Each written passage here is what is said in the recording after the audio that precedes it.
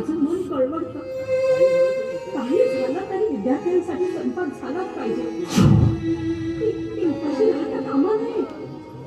रमाबाई, ह्यासाठी काय उपाय करता येईल याचाच मी सदैव विचार करतोय.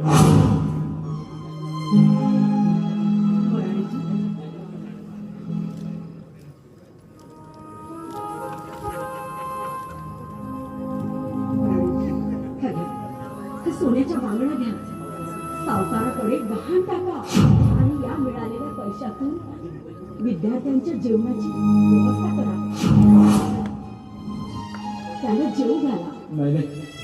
नाही रमाबाई, हे मी कसं घेऊ शकतो? हे कसं घेऊ मी? आणि साहेबांना काय सांगू?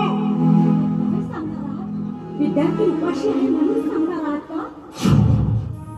वराळीजी, साहेबांसारखा लाख मोलाचा दागिना माझ्याजवळ असताना या सोन्याच्या दागिन्यांचं काय करू मी?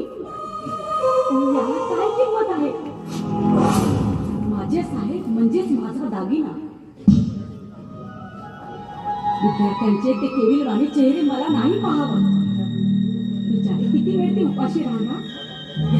ह्या बांगड्या गहाण ठेवा आणि यातून विद्यार्थ्यांच्या जेवणाची सुविधा करा. घ्या. या वराडीची नाही बनवू. धन्य रमाबाई.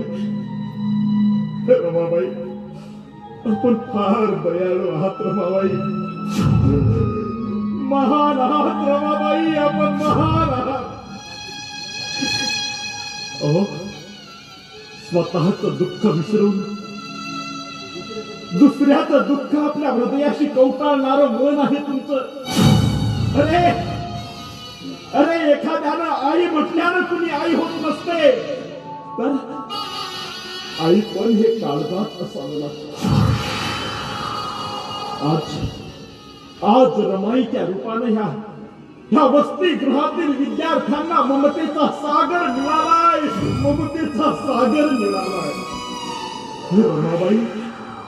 रमाबाई, आपण खरोखरच या भोड्या भाबड्या गोड गरीब दीन दलितांची, या 9 कोटी लेकरांची तुम्ही आई झालात रमाबाई. तुम्ही आई झाला.